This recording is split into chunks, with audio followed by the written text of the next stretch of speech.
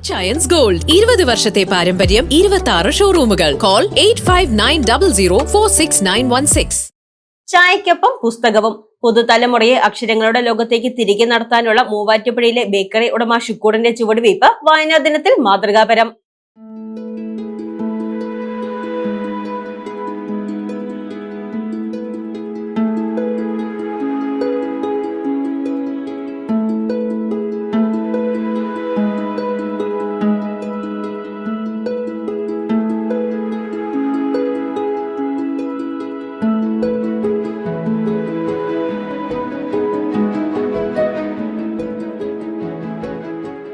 Mobile സ്ക്രീനുകളിൽ കണ്ണുനട്ടിരിക്കുന്ന പുതുതലമുറയെ അക്ഷരങ്ങളുടെ ലോകത്തേക്ക് തിരികെ നടത്താനുള്ള മൂവാറ്റുപുഴയിലെ ബേക്കറി ഉടമ ഷുക്കൂറിന്റെ ചുവടുവയ്പ് വായനാ ദിനത്തിൽ മാതൃകാപരം.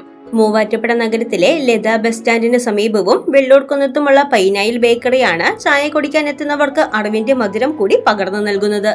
ബേക്കറി ഉടമയും എഴുത്തുകാരനുമായ PM ഷുക്കൂറാണ് ചായക്കൊപ്പം പുസ്തകം എന്ന വേറിട്ട ആശയം തന്റെ കടയിൽ യാഥാർത്ഥ്യമാക്കിയിരിക്കുന്നത്. ശീതള പാനീയങ്ങളോ ചായയോ കുടിക്കാൻ എത്തുന്നവർക്ക് ചൂട് പലഹാരങ്ങൾക്കൊപ്പം ഇഷ്ടമുള്ള പുസ്തകങ്ങളും തിരഞ്ഞെടുത്തു വായിക്കാനുള്ള അവസരമാണ് ഇവിടെ ഒരുക്കിയിട്ടുള്ളത്. പുസ്തകങ്ങൾ വൃത്തിയായി സൂക്ഷിക്കുന്നതിനായി കടയ്ക്കുള്ളിൽ പ്രത്യേക ഷെൽഫ് തന്നെ ഷുക്കൂർ തയ്യാറാക്കിയിട്ടുണ്ട്. ആധുനിക സാങ്കേതിക വിദ്യയുടെ പുറകെ പോയി വായനയിൽ നിന്നും സാഹിത്യത്തിൽ നിന്നും അകന്നു പോകുന്ന യുവതലമുറയെ അക്ഷരങ്ങളിലേക്ക് അടുപ്പിക്കുക, പ്രശസ്തരായ സാഹിത്യകാരന്മാരെ പരിചയപ്പെടുത്തുക എന്ന ലക്ഷ്യത്തോടെയാണ് ഷുക്കൂർ ഈ പദ്ധതിക്ക് തുടക്കമിട്ടത്. ഒരുപാട് സാധ്യതകളാണ് വായന തുറന്നു നൽകുന്നതെന്ന് ഷുക്കൂർ പറഞ്ഞു. വായന ഈ പറഞ്ഞ പോലെ ഒരുപാട് കാര്യങ്ങൾക്ക് ഒരുപാട് സാധ്യതകളാണ്.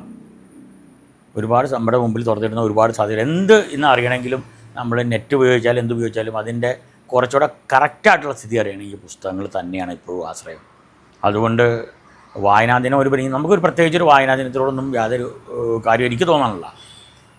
മറിച്ച് എല്ലാ ദിവസവും വായിക്കുന്നു. നമ്മുടെ ഒരു ദിനചര്യയാണ്. അതിൻ്റെ കണക്കനുസരിച്ച് അത് പോകുന്നു. നമ്മളെങ്ങനെ ശ്വാസോച്ഛ്വാസം ചെയ്യുന്നു അതുപോലെ വായിക്കുക. അതേപോലെ തന്നെ നമ്മൾ കൂടെ കൊണ്ടു നടക്കേണ്ടതൊരു കാര്യമാണ്.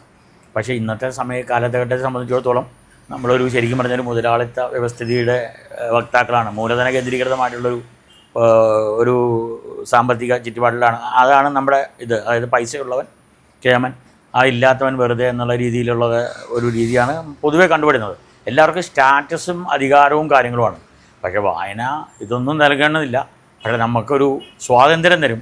നമ്മുടെ മനസ്സിനെ ജീവിത പ്രശ്നങ്ങളിൽ നിന്നൊക്കെ കുറച്ച് കാലത്തൊക്കെ അകറ്റി നിർത്താനും ഒക്കെ വായന നല്ല ഉപകാരം ചെയ്യും. അതിനേക്കാൾ എല്ലാത്തിനും ഉപരി അറിവ് കൂടുതൽ അറിയാൻ എന്നെ സംബന്ധിച്ചിടത്തോളം കൂടുതൽ അറിയുക അറിയുന്നിടത്തോളം കൂടുതൽ ഇത് ഇന്ന വിഷയമൊന്നുമില്ല. എല്ലാ വിഷയവും ഇന്ന മതം എന്നില്ല, സംസ്കാരം എന്നില്ല, ഇന്ന ഭാഷ എന്നില്ല. പറ്റുന്നതെല്ലാം ഈ ജീവിതകാലത്ത് പറ്റുന്നതെല്ലാം വായിച്ചു തീർത്ത് അറിഞ്ഞ് കൂടുതൽ ചെയ്യുക എന്നുള്ളതാണ്. നിലവിൽ 100-ലധികം പുസ്തകങ്ങൾ ഈ ഷെൽഫിൽ വായനക്കാർക്കായി ഒരുക്കിയിരിക്കുന്നു.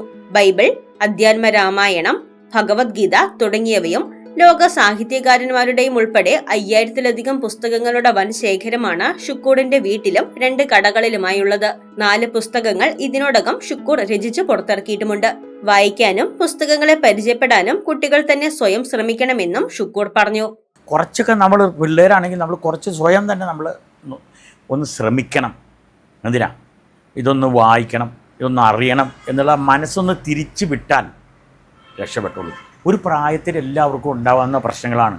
അതുപോലെ തന്നെ ഈ ഒരു തലമുറ കഴിയുമ്പോൾ മറ്റൊരു തലമുറയെ കുറ്റം പറയുന്നതും പതിവാണ്. മനുഷ്യ ചരിത്രത്തിൽ ഉടനീളം ആ സംഭവമുണ്ട്. പക്ഷേ അവരെയൊക്കെ നമ്മുടെ കൂടെ നിർത്തി, നമ്മുടെ അടുപ്പിച്ച് നിർത്തി, അത് ഏത് കുട്ടിയായിക്കോട്ടെ അവനെ കൂടെ അടുത്ത് നിർത്തി നീ അവനൊന്ന് സംസാരിച്ചോ. അവനോട് കിടന്ന് ആക്രമണത്തിൻ്റെ ഭാഷയിലല്ലാതെ ഒരു നല്ല ചേർത്ത് പിടിക്കുന്ന ആശ്വസിപ്പിക്കുന്ന രീതിയിൽ അവനെ സമീപിച്ച് നോക്കി അവൻ നമ്മൾ പറയണ അനുസരിച്ച് കേൾക്കും. അവന് വായന അത് തന്നെ ഭയങ്കരമായിട്ട് അവനെ ആ ലഹരിയിൽ നിന്ന് വായന പിന്നൊരു ലഹരിയായിട്ട് മാറിക്കോളും. കടയിലിരുന്ന് ചായ കുടിക്കുന്ന സമയത്ത് പുസ്തകങ്ങൾ എത്ര വേണമെങ്കിലും വായിക്കാം. എന്നാൽ പുസ്തകങ്ങൾ വീട്ടിൽ കൊണ്ടുപോയി വായിച്ച് തിരികെ നൽകുന്ന സംവിധാനം ഇവിടെയില്ല. വായനാ ദിനത്തിൽ പുസ്തകങ്ങളെയും വായനയെയും നെഞ്ചിലേറ്റുന്നവർക്ക് വലിയൊരു മാതൃകയാണ് Shukoor. News desk Muvattupuzha news.